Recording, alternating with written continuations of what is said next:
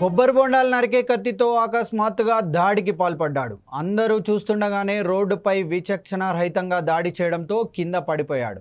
చుట్టుపక్కల వారు వద్దని అరుస్తున్న బాధితుడు హమేర్ కింద పడిపోయినా వదిలిపెట్టకుండా నిందితుడు సుమన్ విచక్షణ రహితంగా నరకడంతో హమేర్కు తీవ్ర రక్తస్రావమైంది.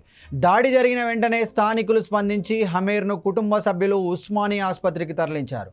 అయితే అప్పటికే హమేర్ మృతి చెందినట్లు డాక్టర్లు తెలిపారు. సమాచారం అందుకున్న సైదాబాద్ పోలీసులు సంఘటన స్థలానికి చేరుకొని పరిశీలించి హత్య సంఘటన వివరాలు సేకరించారు.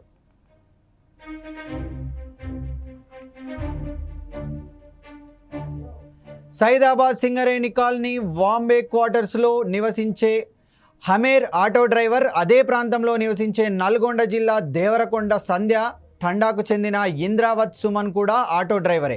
ఇద్దరు పాత నేరస్తులు, స్నేహితులు కావడంతో ఇద్దరు కలిసి కొంతకాలంగా అక్రమంగా గంజాయి వ్యాపారం చేస్తున్నారు.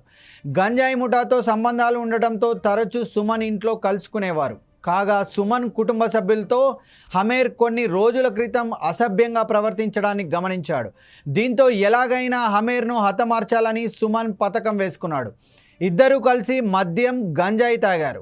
ఇద్దరి మధ్య వాగ్వాదం జరగడంతో సుమన్ తన వద్ద ఉన్న కొబ్బరి బొండాలను కట్టే కత్తితో అందరూ చూస్తుండగానే విచక్షణ రహితంగా హమేర్ను దారుణంగా హత్య చేశాడు. నిందితుడు అక్కడి నుంచి నేరుగా సైదాబాద్ పోలీస్ స్టేషన్కు వెళ్ళి లొంగిపోయినట్లు సమాచారం.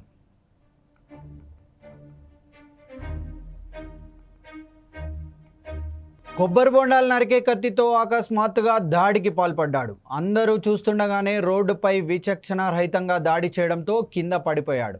చుట్టుపక్కల వారు వద్దని అరుస్తున్న బాధితుడు హమేర్ కింద పడిపోయినా వదిలిపెట్టకుండా నిందితుడు సుమన్ విచక్షణ రహితంగా నరకడంతో హమేర్కు తీవ్ర రక్తస్రావమైంది. దాడి జరిగిన వెంటనే స్థానికులు స్పందించి హమేర్ను కుటుంబ సభ్యులు ఉస్మానియా ఆసుపత్రికి తరలించారు. అయితే అప్పటికే హమేర్ మృతి చెందినట్లు డాక్టర్లు తెలిపారు. సమాచారం అందుకున్న సైదాబాద్ పోలీసులు సంఘటన స్థలానికి చేరుకొని పరిశీలించి హత్య సంఘటన వివరాలు సేకరించారు.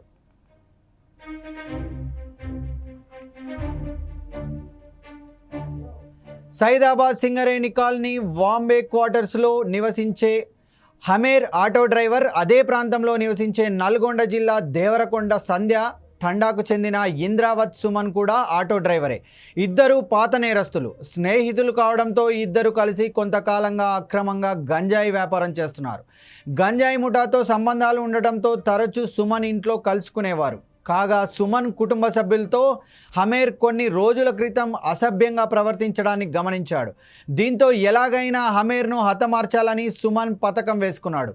ఇద్దరూ కలిసి మద్యం, గంజాయి తాగారు. ఇద్దరి మధ్య వాగ్వాదం జరగడంతో సుమన్ తన వద్ద ఉన్న కొబ్బరి బొండాలను కట్టే కత్తితో అందరూ చూస్తుండగానే విచక్షణ రహితంగా హమేర్ను దారుణంగా హత్య చేశాడు. నిందితుడు అక్కడి నుంచి నేరుగా సైదాబాద్ పోలీస్ స్టేషన్కు వెళ్ళి లొంగిపోయినట్లు సమాచారం.